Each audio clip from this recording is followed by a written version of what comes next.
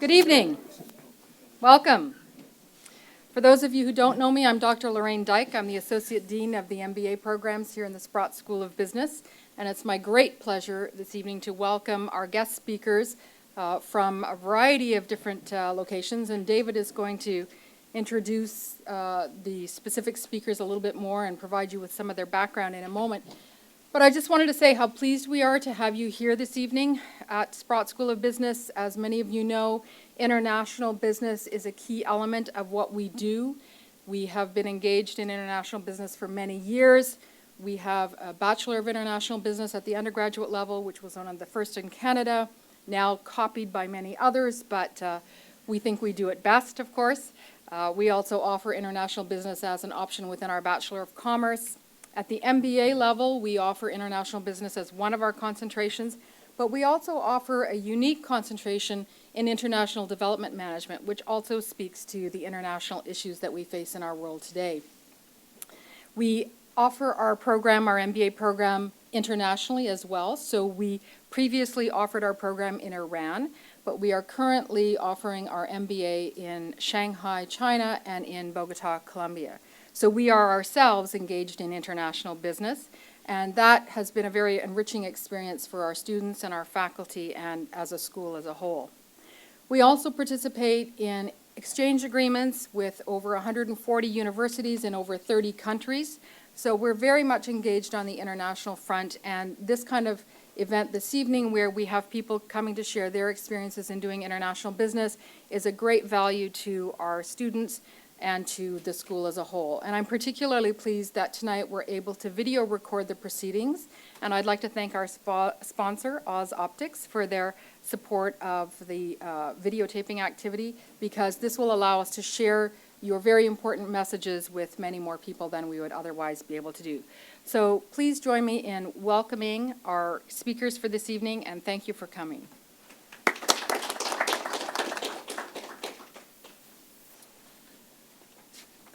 Good evening. My name is David Peippo, and I'm your host for this evening's program entitled Doing Business in Turkey. This event has been organized jointly by the Embassy of Turkey in Canada and the SPROTT School of Business of Carleton University here in Ottawa. We wish to acknowledge and thank Oz Optics for their generous sponsorship, which made this event possible. Tonight's presentations were developed especially for my course in the MBA program entitled Foreign Markets Selection, Assessment, and Entry Strategies. The purpose of these presentations is to inform and educate my students on the trade and investment opportunities that exist in Turkey today. Turkey is one of the 4 mint countries: Mexico, Indonesia, Nigeria, and Turkey. And Turkey is the T in mint. Jim O'Neill, who coined the term BRIC, identified these countries as the next BRIC countries given the size of their domestic markets, the high growth rates of their highly educated middle class, as well as the low mean age of their population. We will hear from 4 guest speakers tonight, each with a different perspective. The first speaker will be the ambassador from Turkey to Canada. The second speaker is a Canadian manufacturer exporter with roots in Turkey that operates in Stittsville in Ottawa. And the third speaker is a former Canadian Trade Commissioner who now works for a trade organization here in Canada that promotes commercial relations between Canada and Turkey. And our final speaker is a representative of Turkey's own Trade Commissioner Service who is based in Toronto. So we are going to hear our first speaker, and there will be questions after the presentation because the ambassador will have to leave us to attend another event that he has. So it's my great honor and privilege to invite as our first speaker His Excellency Selçuk Yunan. He is the ambassador of the Turkish Republic in Canada. He's held positions as counselor for the Turkish Permanent Mission to the United Nations in Geneva and New York. He has served as coordinator and spokesperson of the delegation of the UNSC during Turkey's non-permanent membership at the UN Security Council. He has also previously served as Deputy Director of General of Information and Press Department and also a spokesman of the Ministry of Foreign Affairs. He holds degrees in international relations from the University of Ankara, and I understand this is your second year in Canada representing Turkey as the ambassador. Will you please join me and invite me? Thank you. Well, good evening. Thank you very much for having us, distinguished professors, guests, and students. It's a pleasure for me to, of course, to address such a nice young group here at the SPROTT School of Business in Carleton. And thank you all for your interest and participation. Before I begin my remarks on Turkish economy, I just would like to thank Professor Lorraine Dijk and Professor David Peippo, his department, and the sponsors of the organization, especially Ozobstics, which we are thankful. As you know, or you may not know, Turkey is a rising economic powerhouse and a strong emerging power in the whole global economy. With a young like yourselves, well-educated, qualified workforce, half of the population is under the age of 31. Half of the population of 78 million, by the way. It has a strong domestic market, competitive and dynamic private sector, highly developed technological infrastructure in transportation, telecommunications, and energy sectors. Today, Turkey is the 17th largest economy in the world and 6th largest in Europe, with a GDP of about 800 billion US dollars. According to OECD and the IMF, Turkey is expected to continue by the fastest growing economy amongst all OECD members and in the EU until 2030. Turkey aims to be among the top 10 economies by that time in the world, with 2 trillion US dollar GDP, 25,000 US dollar GDP per capita, and 500 billion dollars of exports by that time. It's a member of NATO and G20, an accession country to the EU, having a customs union since 1996. It's an energy terminal and corridor in its region, connecting the east and the west, and the volume of Turkish exports increased to $158 billion in 2014 from 36 billion in 2002. The total trade volume accounted for 400 billion US dollars in 2014.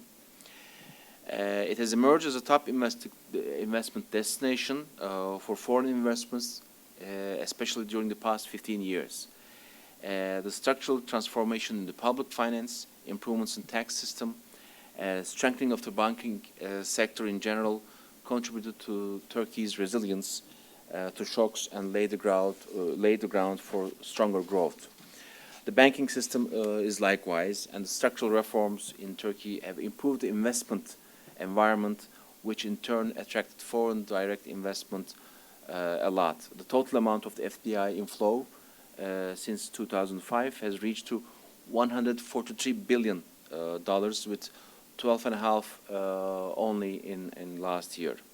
And thanks to these structural reforms, Turkish economy registered a notable recovery in the wake of the global economic crises and expanded by more than 5% on average between 2010 and 14.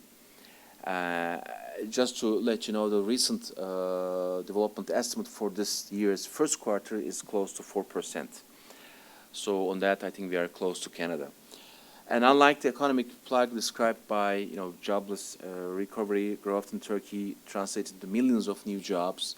Let me also mention that we are now receiving even people coming from Greece because of the economic crisis over there still to seek for employment opportunities in Turkey. We have an established political system, mature and dynamic private sector, liberal and secure investment environment, and a growing domestic market, as I said, with a 78 million population. Young, well-educated like yourselves and motivated labor force is another pull factor for other investors.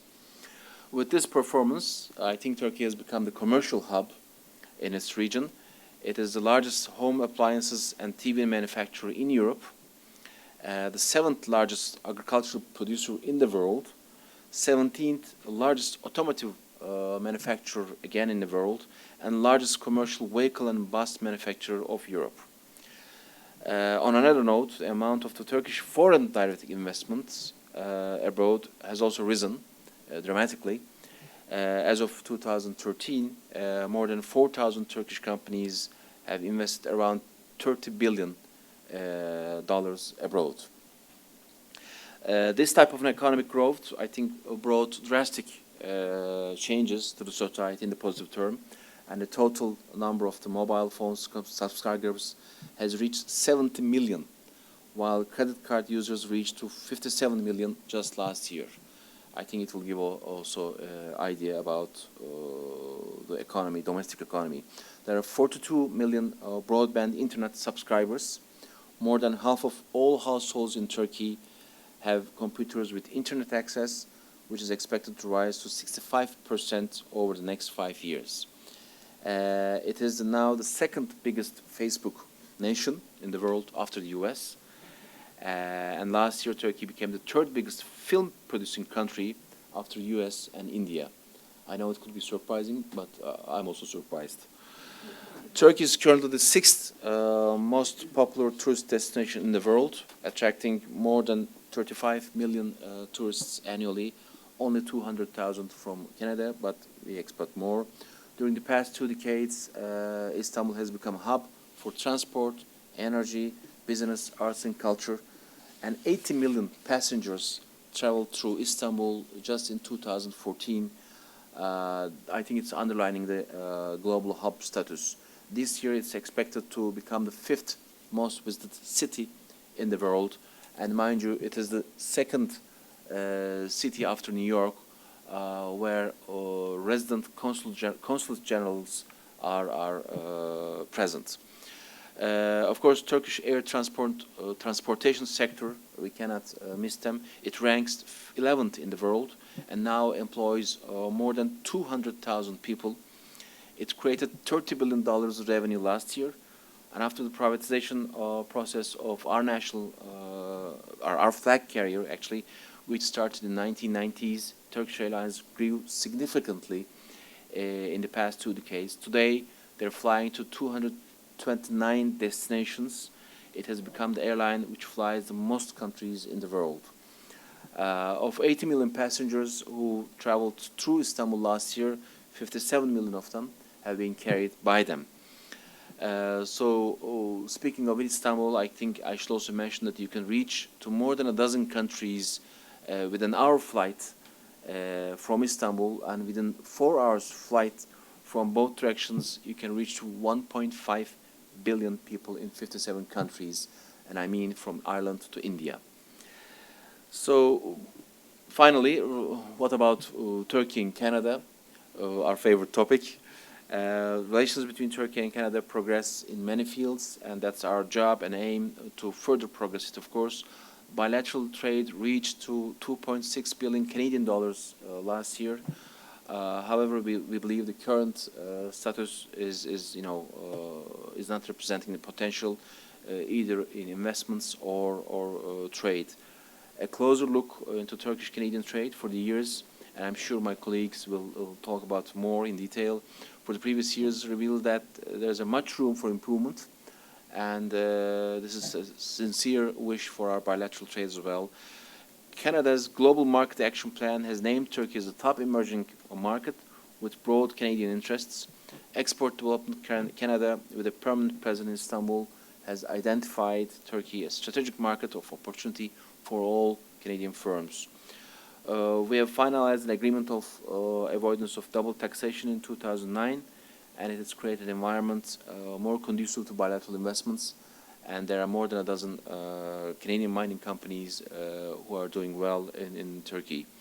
And the exploratory talks for a free trade agreement, which we wish for between Turkey and Canada, were successfully completed in 2013, and formal negotiations are expected, hopefully, to be initiated upon the decision of the Canadian side. We hope that relations of these two trading nations will prosper when we are able to conclude this agreement as well.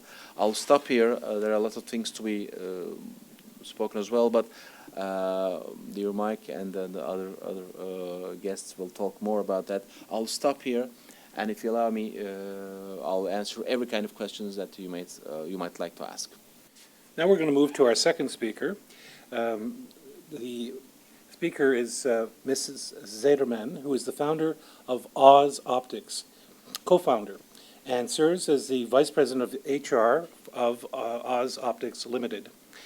She received her BA and Bachelor's of Education in English Literature and Language at Bogazici University in Istanbul, Turkey, and she completed her master's degree at Dalhousie University in Halifax, Nova Scotia. She is also serving as a director of the Canadian Turkish Business Council and as a board member of the Council of Turkish Canadians. Please welcome Mrs. Sezerman.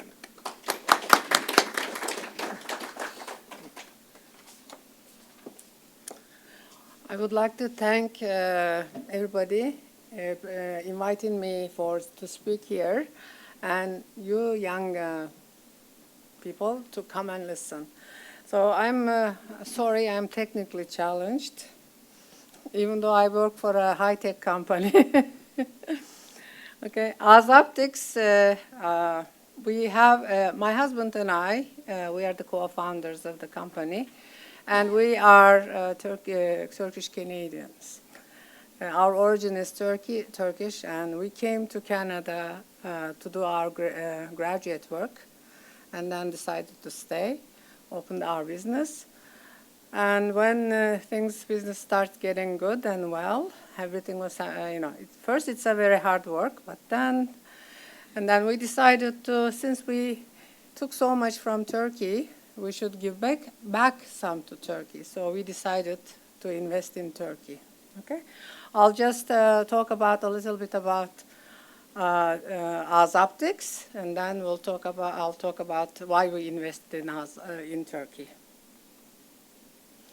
Okay, that's our agenda, company profile.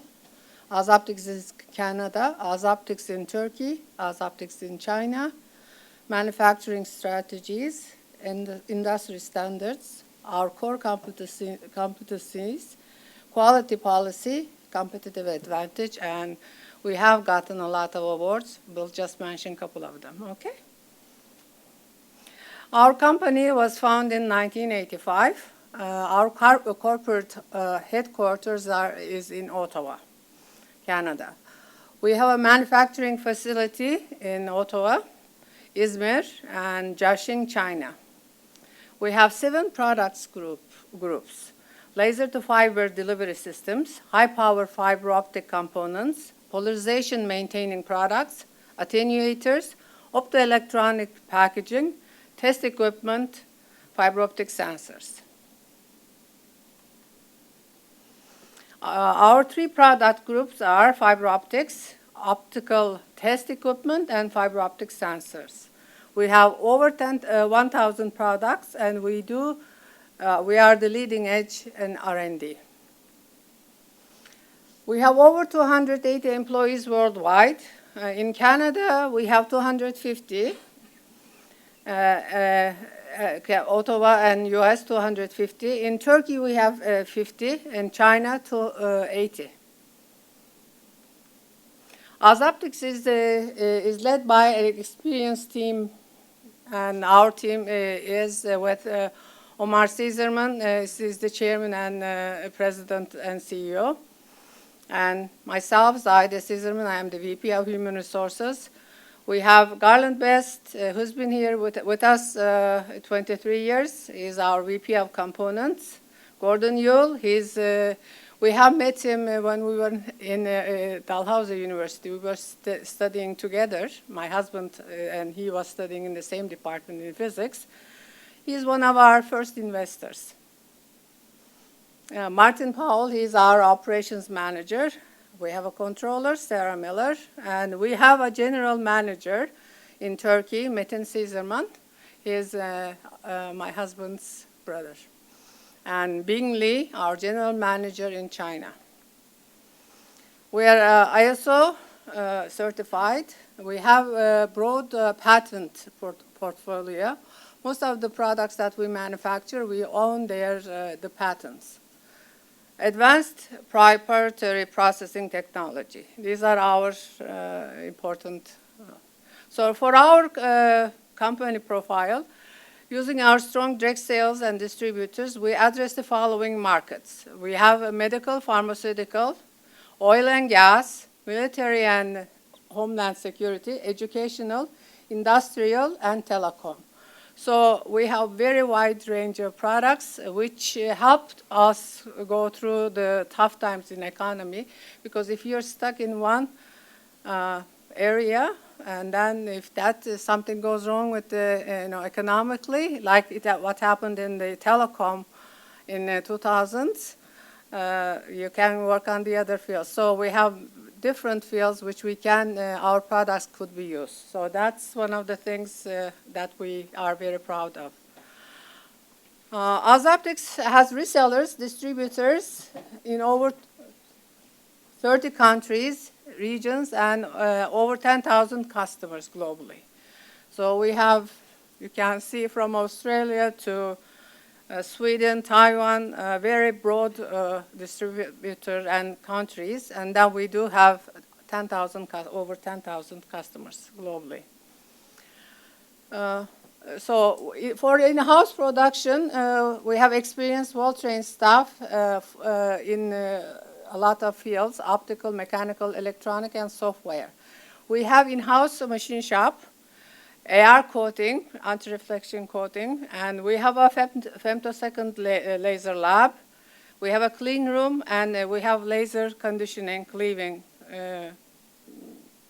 in-house. So we do not have to depend outside to get our, products to be done. So we have the Optics headquarters. We are in, between Karp and Stiswell. Optics Turkey is located in Gaziemir, which is a free trade zone, Izmir. And Optics China is in Jiaxing. The Ottawa headquarters is 60,000 square foot manufacturing and R&D facility. We have 15,000 square foot for admin, sales, and marketing, 15,000 square foot training for fitness facility, and R&D product design, engineering, final assembly, and QA. We have, I think, very unique, one of our unique, I think for a lot of high-tech companies, we have our own swimming pool, basketball court, tennis court, soccer fields. So anybody who's interested in sports, we have our own gym. So that's our facility in Ottawa. That's our production floor, the training facility I mentioned, where we have the indoor pool and squash court and the gym. One of our conference rooms and our pool. As Turkey, we had invested in Turkey more than $1 million. And our start, since 2000, we have the investment there. We have a 33,000 square foot manufacturing facility located in the free trade zone. Low taxes, one of the reasons that we invested in that area. Subcomponent parts and manufacturing is done there. Cost-effective manufacturing and high-quality labor. Like our ambassador mentioned, we have a very young, in Turkey, very young population, very well educated. So from the labor, finding good quality labor is very easy. Our AS China operational is since 2009. Like everybody else, we had to go to China too because the cost of labor and manufacturing is a lot lower than any other at the time. So we have 2,000 square meters, facility there.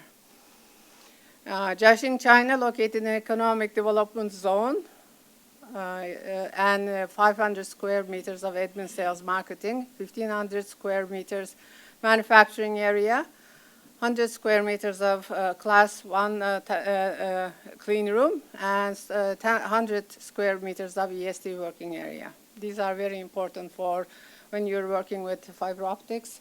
the clean rooms and the EST, it's very, very important. So this is our marketing strategy. If you look at it, we do, as Canada does most of the R&D and design engineering.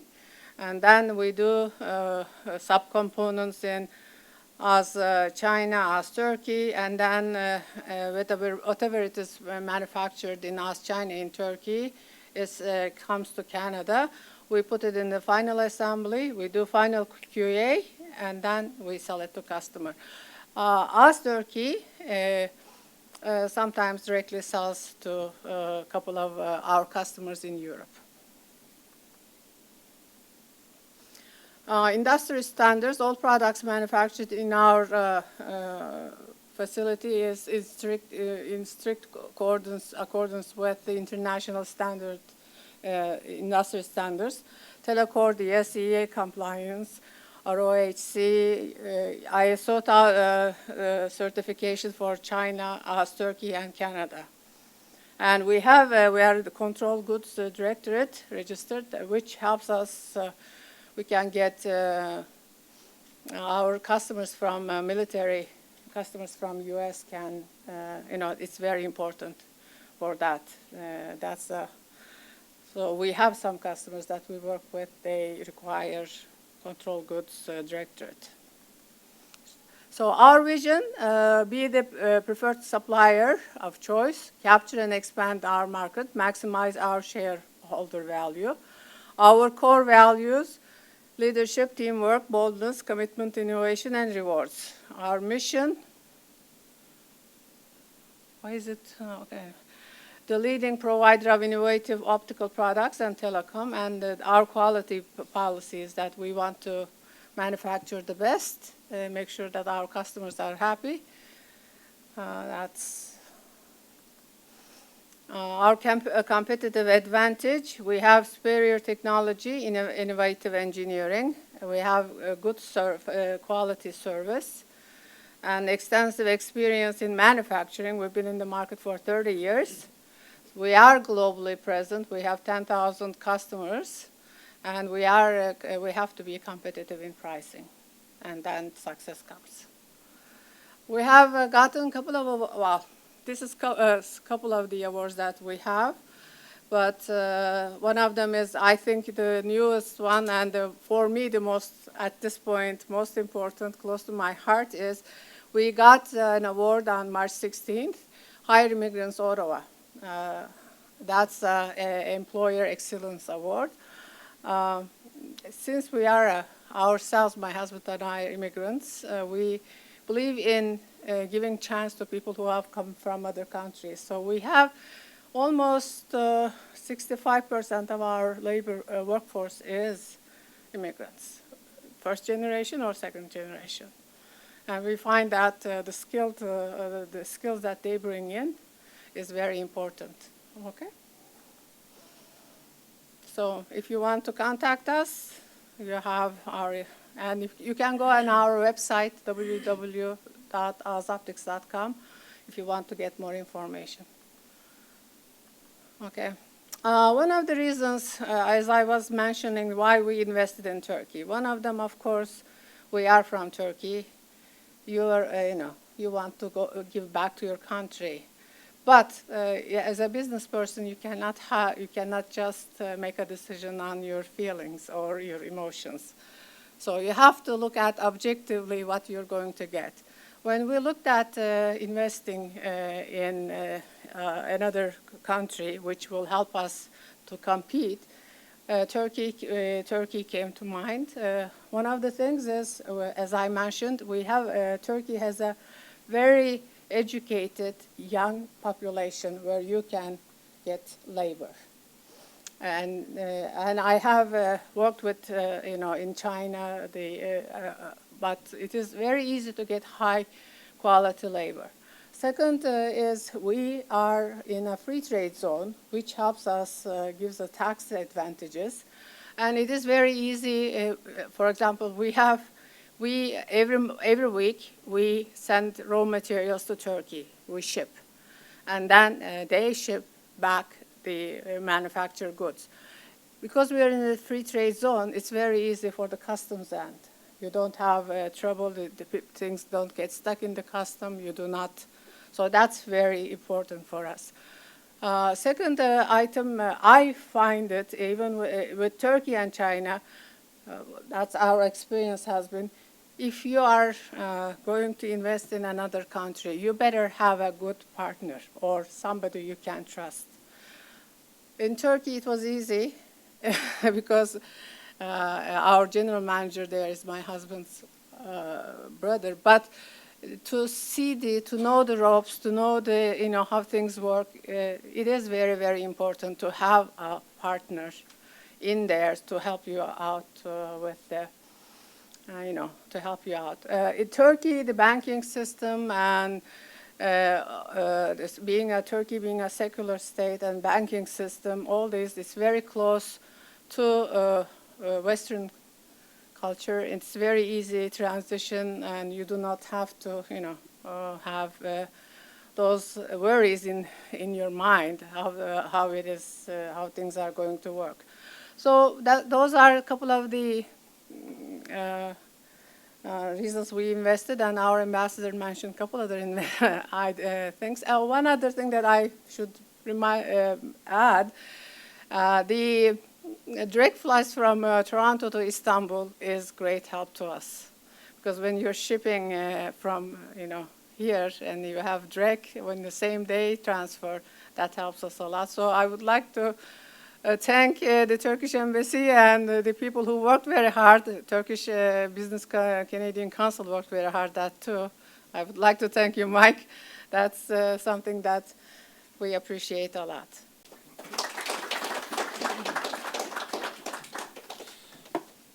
Our third speaker is Mike Ward. He's a board member of the Canadian Turkish Business Council and the NATO Association of Canada.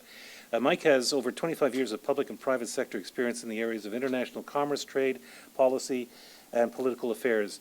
His international work includes a career in Canada's Foreign Service and the Trade Commissioner's Service. He held senior assignments to Canadian diplomatic missions in Turkey, Saudi Arabia, Poland, Ukraine, the United States, and Thailand.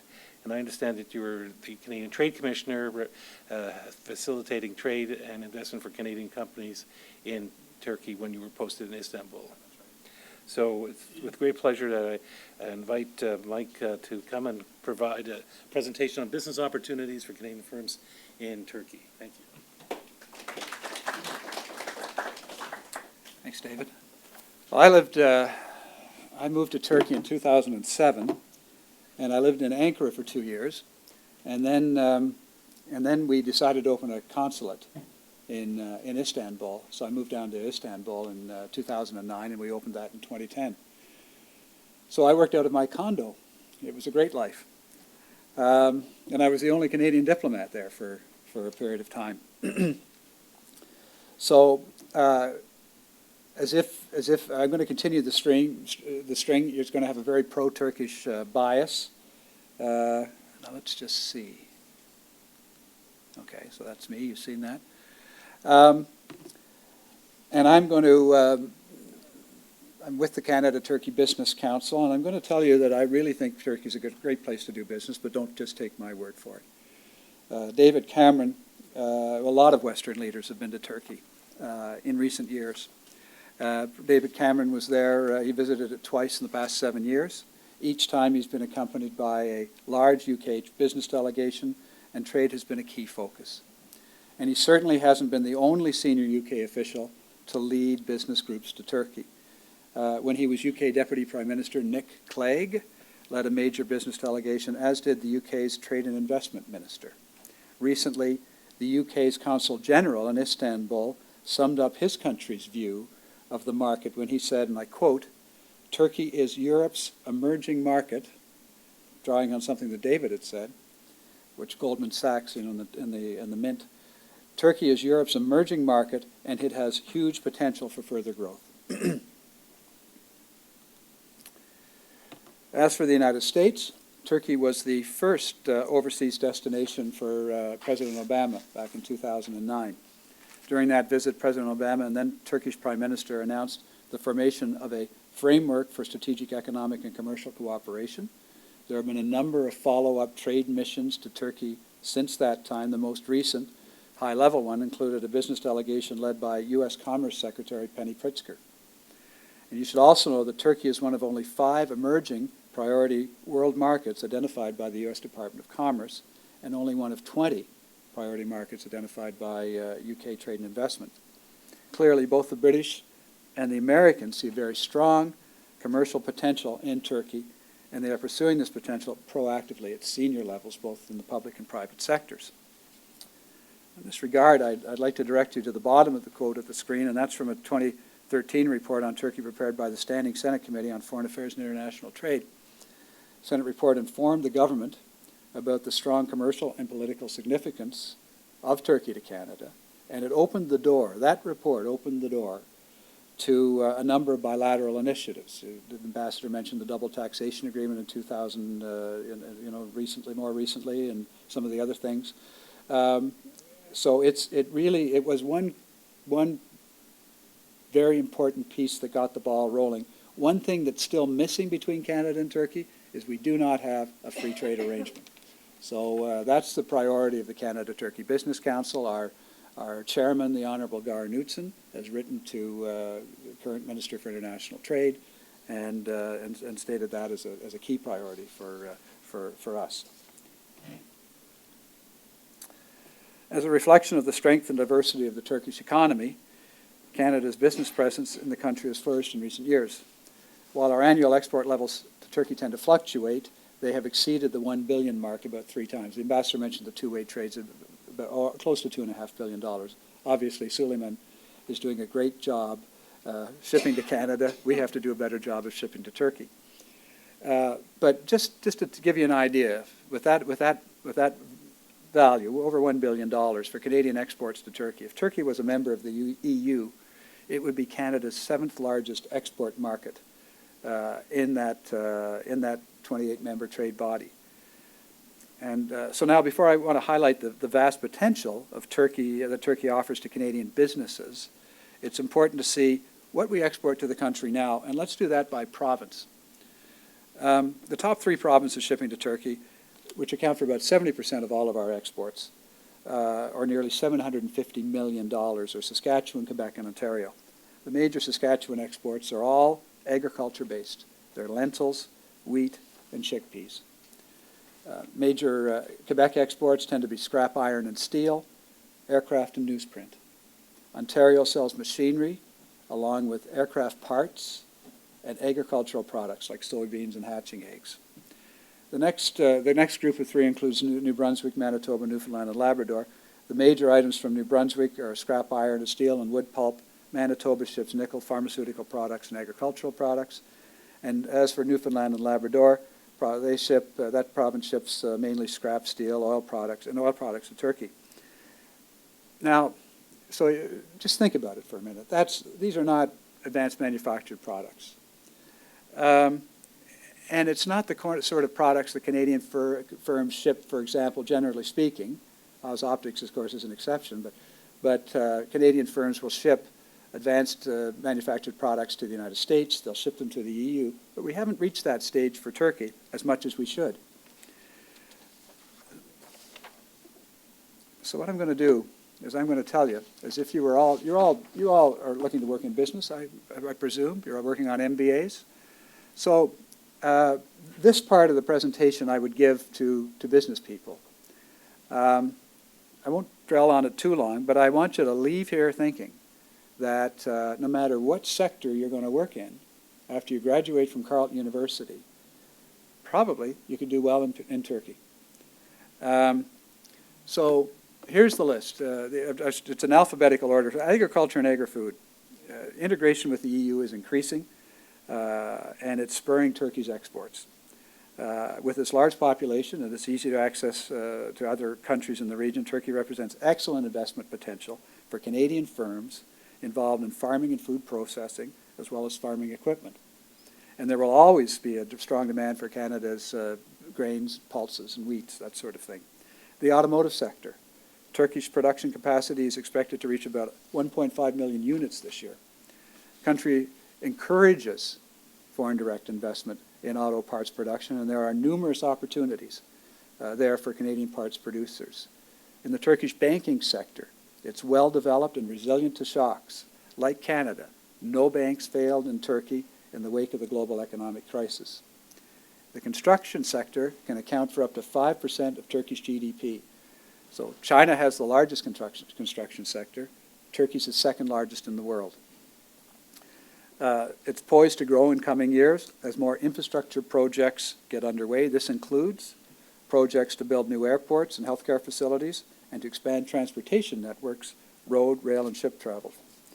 In terms of the aviation sector, there's excellent potential for sales of aircraft and aircraft parts. Bombardier, Pratt & Whitney, Bell Helicopter are all active in Turkey, as well as CAE, the simulator company. In the defense sector, Turkey maintains the second largest land force of NATO, and it operates the second largest fleet of F-16 aircraft outside of the United States. It's the world's 8th top importer of defense equipment. The country's defense equipment expenditure comes to approximately $4 billion every year. There's no question that Canadian firms would do well there. Turkish requirements range from mine-clearing equipment, emergency response vehicles, UAVs, cybersecurity technology, and many other products and services. Moving on, there's tremendous scope to increase ties between Canada and Canadian and Turkish education institutions. Consider, for example, that of all the European countries, Turkey sends the largest number of students, around 12,000 each year, to U.S. colleges and universities. We need to be more aggressive. Carleton University needs to be more aggressive in marketing Canadian schools to Turkish students. In the energy sector, Turkey has become one of the fastest growing markets in the world. The country relies heavily on foreign sources for most of the fuel it uses. It doesn't have much oil and it doesn't have much gas. In addition, Turkey has emerged as a strategic energy hub for distributing oil and gas to European countries from the oil-producing nations. So Europe gets a lot of its energy requirements through Turkey. Consequently, Turkey requires billions of dollars in new investments over the next 5 to 10 years to meet the growing power demand for renewables, power generation privatization, utilization of domestic lignite reserves, and for exploration, for pipeline development, for storage facilities, and for nuclear projects. For the environment sector, country needs to invest in drains and sewers, treatment plants, waste disposal sites, incineration and recycling facilities. In terms of the health sector, with its large population and public health system, Turkey is a growing market for a wide spectrum of Canadian medical products and services. Moreover, there's a strong privatization trend in Turkey in the healthcare industry, and this is reflected in the planned construction of a number of new private hospitals using the public-private partnership model. The ambassador talked about ICT, talked about Facebook, things like that. It's a huge market potential for Canadian companies. And things as well as maybe some of the things the ambassador mentioned, but cybersecurity. Oz Optics, a star company involved in Turkey. McDonald Detweiler is also there, and other Canadian firms are active. Terry Matthews is an angel investor. I don't know if anyone from Ottawa might know him. He did Newbridge Networks. He's an angel investor in Turkey. He sees it as because of the young population, the educated population, smart minds, and so he's invested money there. As for the mining sector, Turkey ranks 10th in the world in terms of mineral wealth. Canadian firms are active players in the Turkish mineral sector with a focus on gold, silver, copper, and zinc operations. We are also acknowledged leaders there in terms of implementing very effective corporate social responsibility policies. A successful Canadian mining firm in Turkey is Vancouver-based Eldorado. It operates the largest gold mine in Europe, and that largest gold mine is located in Turkey. Canadian and other international firms aren't just looking to trade and invest with Turkey. They're looking to get access to other markets. So they recognize the tremendous advantage Turkey represents in terms of accessing the MENA region and Europe. For example, over the past decade, Turkish investments in the Middle East and North Africa, MENA region, have increased by a factor of 6 to reach about $30 billion. Turkey's expanding trade with the MENA region accounts for about 1/5 of its total exports. And the MENA region, in turn, accounts for close to 10% of FDI foreign direct investment into Turkey. Turkish investments in the MENA region tends to be concentrated in the manufacturing, construction, oil and gas, and services sectors. In Saudi Arabia, for example, Turkish involvement in construction and infrastructure and other sectors stands in excess of $13 billion. These sorts of business connections represent excellent partnering opportunities for Canadian firms looking for another avenue to expand into the MENA region. At the same time, I want to stress the very significant commercial ties between Turkey and the European Union. The EU is by far Turkey's largest trading partner. Bilateral trade has tripled in the past 25 years, reaching in excess of $175 billion. The EU has also been the main source of foreign direct investment into Turkey. European companies have invested heavily in such Turkish sectors as the automotive sector, energy, telecommunications, and financial services. Half of the companies established with foreign capital in Turkey are EU companies. Their number exceeded 16,000 last year. At the same time, the EU has been the main investment destination for Turkish firms. There are 150,000 companies in Europe with Turkish capital, employing some 630,000 workers. In other words, once you make a connection in Turkey, you can easily access markets in both the EU and the MENA region. So as is the case in doing business in any foreign market, it's important to be aware of various regulatory and legal issues when it comes to doing business in Turkey. And you know from my bio, I've worked in a lot of countries. Turkey's not any different, even than the U.S., in many ways. So you need due diligence, requisite due diligence. And Zahide would tell you that's what she's done, for example, in China. At the same time, it's equally important to keep in mind how Canadian firms are likely to be viewed by Turkish businesses. So it just happens that the Brits canvassed a number of Turkish companies to find out how British firms are perceived by the Turkish community, business community. The results suggested that British firms are seen as being risk-averse, overcautious, and slow to make decisions. Sound familiar? Sounds a lot like Canadian firms. Most Canadian firms could be characterized that way for sure. So any foreign firm looking to build a positive business relationship with Turkish partners needs to demonstrate a commitment to the market. And that can be achieved by having a proactive local representative who knows the market segment well, is familiar with the culture, the laws and the regulations, and who can follow up quickly on emerging business issues and opportunities. This also means that Canadian businesses should make regular visits to Turkey. They need to know their partners, develop close personal relationships, and learn more about the wonderful Turkish culture and its people. Establishing business connections is what the Canadian Turkish Business Council is all about. I don't suppose you're going to join, but I'm going to give a pitch to it. It was created about a dozen years ago. Zahide was a founding member. And we're involved in a number of high-profile business events both in Canada and in Turkey. We work with federal and provincial contacts and municipal contacts, sectoral organizations and individual firms to identify and facilitate commercial opportunities. Our Istanbul-based Turkish partner, the Foreign Economic Relations Board of Turkey, is very well connected to key Turkish business and government contacts and can greatly assist Canadian companies looking to do business there. Now, one thing that might interest you is that our next major event is going to be in Ottawa at the office of Borden Ladner Gervais. By the way, this is all on our webpage, see Canada Turkey Business Council. Be a large delegation of Turkish defense and aerospace firms and Turkish infrastructure firms will be coming over. We'll be having a seminar. House Optics is one of our sponsors. And we'll have two panels, one on aerospace and defense and one on infrastructure and public-private partnerships. There'll be a number of business people in the room. Just today I was in touch with the Canadian Council on Public-Private Partnership based in Toronto, and I expect CCPPP will be there. I know Invest Ottawa is going to be at our event. There will be a number of Turkish defense firms that will be there. So if you're curious, it's not far to get downtown, and I'd recommend it. So in conclusion, I hope I've given you an appreciation of the importance of the Turkish market and the trade and investment potential for Canadian firms.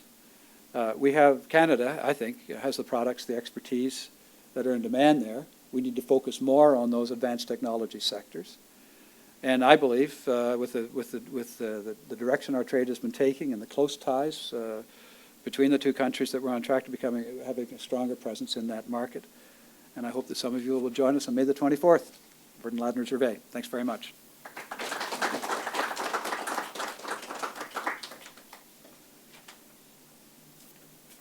Thank you, Mike.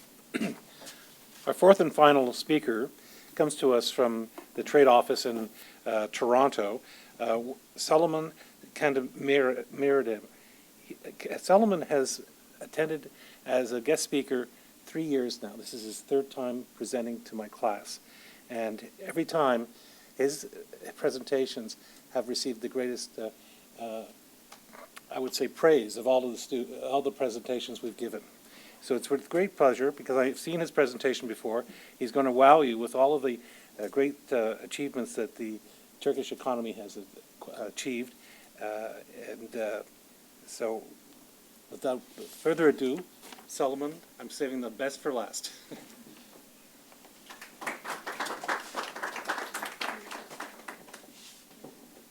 Ladies and gentlemen, dear students, first of all, I would like to start to thank Dr. David Peippo to let me address such a distinguished students and participants today. And I would like to thank to Ozoptics for sponsoring today's lesson. My agenda today is I would like to express reasons to invest in Turkey. Mike already explained most of the reasons. And secondly, I would like to express Turkish foreign trade. And lastly, I would like to discuss trade between Turkey and Canada. Our embassy, our department is commercial office, and one of the alumni of Carleton University is my assistant, Kerem, is here today.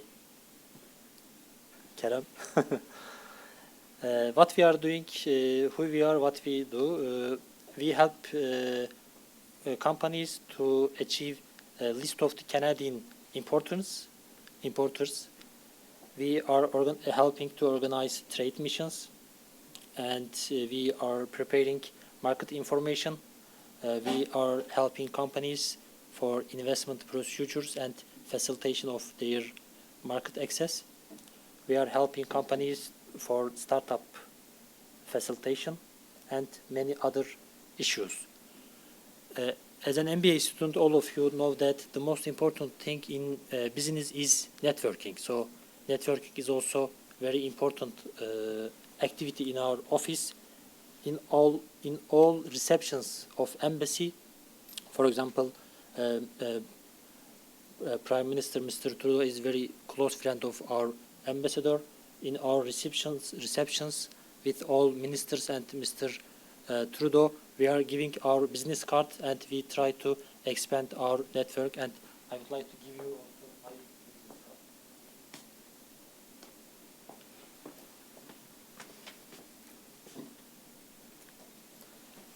So these are examples of foreign companies. They are already invested in Turkey. For example, Microsoft company is managing. Has headquarters in Turkey and managing region more than 80 countries from Turkey. Another example is Coca-Cola. Coca-Cola is managing all region from Turkey. These are some examples of foreign investors already invested in Turkey. So why foreign investment is very huge in Turkey? As an economist, I would like to share that thing. Actually, in your lesson, we are comparing countries. NT companies, Mexico, India, Nigeria, and Turkey. The most important thing when we compare countries, the most important macroeconomic indicator is GDP, growth rate. So the most important thing in growth rate is, actually the meaning of the growth rate is employment of production factors. So employment is the number one issue in GDP in countries. And we have young population. We are fourth largest labor force in Europe, and there are many young students who are graduated in around 200 universities in Turkey. Turkey is the fourth lowest labor cost in Europe, and Turkey. How do we achieve these products? Already all participants shared many indicators, many numbers, but I would like to emphasize the philosophy of Turkish economy. We give priority to trust and confidence. If trust and confidence exist in an economy, investment comes. Because if people have confidence in the economy, they consume more. If investors have confidence in the economy, they invest more, and after investment increases, growth rate also increases. And according to OECD, among OECD countries, Turkey is doing very well in terms of GDP. That is because we have giving trust to our people, and our investors are trust to our regulations and our government. And we have Turkey is a country not just in a European country, it's also an Asian country. It is already located in Balkans, it is already located in Caucasus, and Turkey is not only a NATO member but also a Shanghai Cooperation Association. Turkey is similar to Ozoptics. It is not only a NATO member, but it is also a member of Shanghai Cooperation Association. Turkey has close relations with African countries also, and it is good relations with Central Asian countries, and it is also a member of Arab League, and it is also a member of African Union. So why we are doing that? We are diversifying our economy, because if you are stuck in one sector, it is not good. For example, Canada is having challenging times nowadays because of oil prices. Canadian economy is dependent on oil sector, and Canadian Prime Minister is trying to diversify its economy in terms of products and in terms of countries. If you are stuck in just U.S. market, when U.S. market is in trouble, you are gonna be in trouble also. So Turkey is acting like Canada and try to diversify our economy, and we try to we have a dynamic and stable, attractive economy.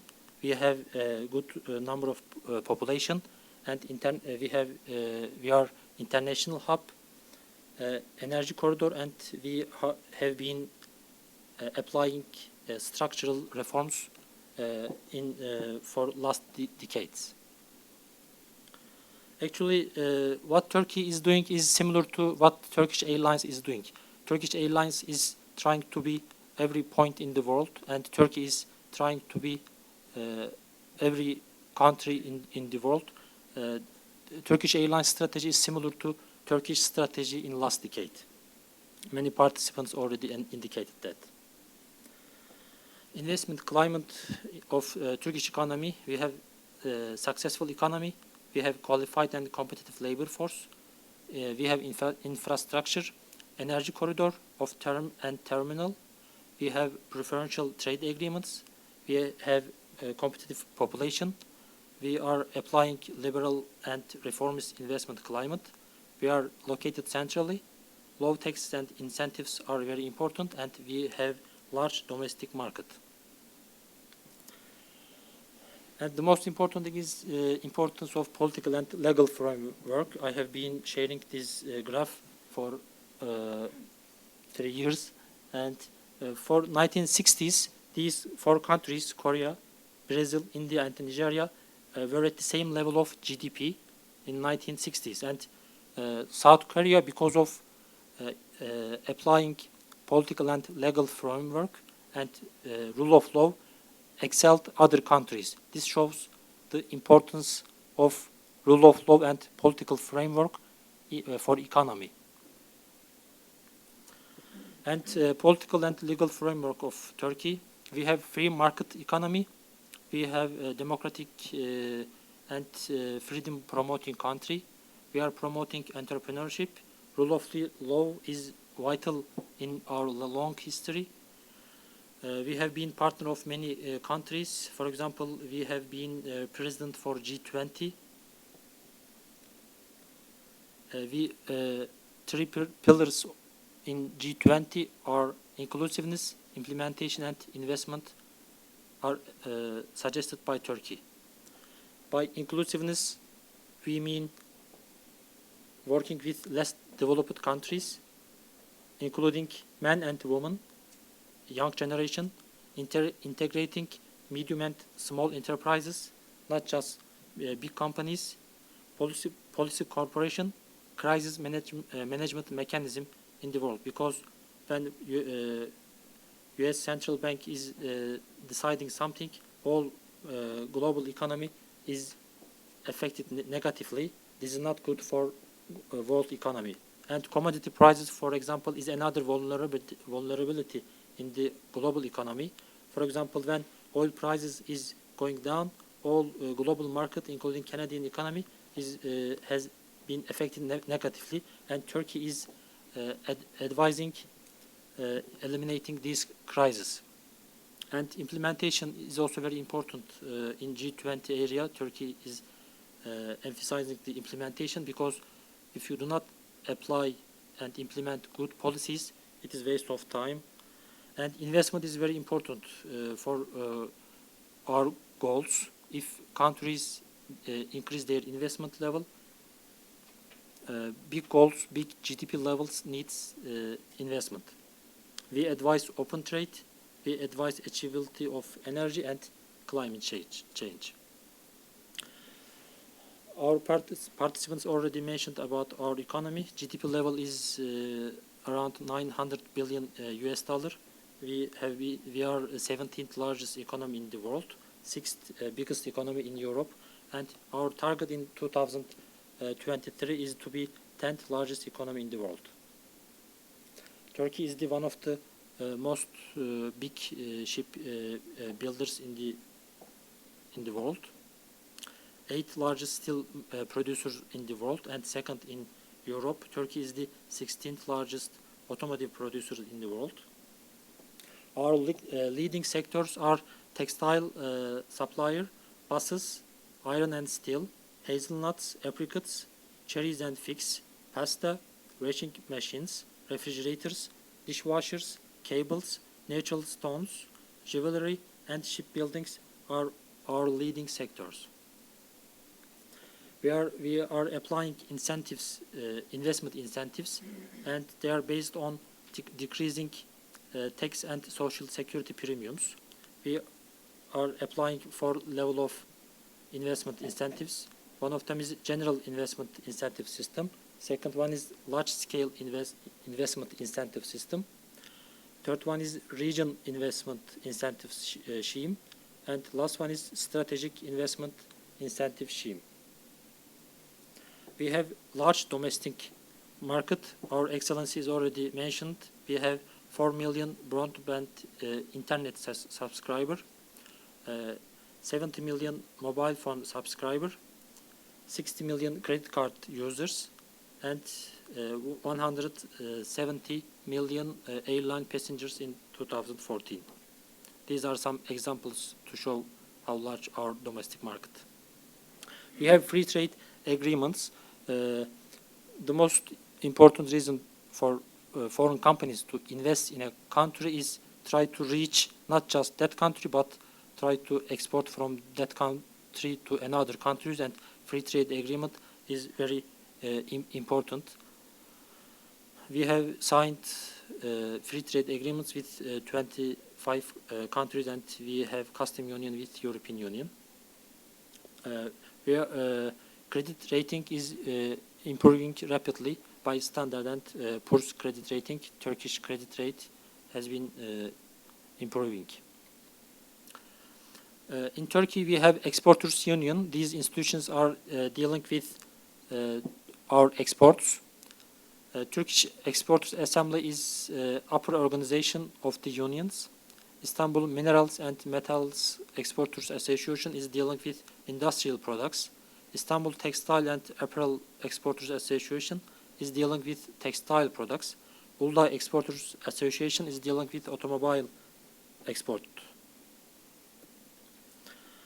15 export products of Turkey: vehicles, tractors and motorbikes, reactors, boilers, machinery and equipments, iron and steel, woven clothing, electrical machinery and equipments and their parts, articles of iron and steel, non-woven clothing, minerals, fuels, oils and coal, pearl, precious stones and metal products, plastics and products, fruit, salt, sulfur, stone and cement, aluminum and products, rubber and products, other made of textile products are our 15 export products. What we import? We import mineral fuels, oils and coal, reactors, boilers, machinery and equipment, iron and steel, electrical machinery and their parts, vehicles, tractors, motorbikes and bikes, plastic and products, pharmaceutical products, organic chemicals, optic, photo and measurement, cotton, copper and products, aircraft, spacecraft and parts, pearl and precious stones, paper and aluminium. Our export destination: Germany, Britain, Italy, France, Iraq, Russian Federation, USA, Spain, United Arab Emirates, Iran, Romania, Holland, Egypt, China, and Saudi Arabia. Our 15 import source: Russian Federation, Germany, China, USA, Italy, France, Iran, Spain, South Korea, Britain, Ukraine, Romania, India, Japan, and Belgium. Our annual export level is around $150 billion, and our annual import level nowadays is around $200 billion. Main items to Canada: we have approximately 1 billion export level to Canada, and we are selling gold, iron and steel, motor vehicles, fruits, machinery, cement and stones, ceramic products, articles of iron and steel, and clothing. We are buying from Canada mineral fuels, iron and steel, vegetables, iron ores, paper, machinery, wood and articles, electronic equipment, aircraft, spacecraft, and wood pulp. We try to establish mechanism. Mike already mentioned those mechanisms. JETCO and free trade area are the most important mechanism we try to sign with Canadian government. Key suggestions for market access: local partners, contact points like embassies, SPROTT, goal to reach all surrounding region, competent advisors. Thank you very much for attention. I am ready to answer your questions. I'd like to thank all our speakers for educating us tonight, and I'm convinced that Turkey does belong among the Mint countries and is one of the next BRICS, and there were some very convincing arguments here tonight. Thank you very much, and as a token of our appreciation, the SPROTT Business School would like to provide you a little token of our appreciation.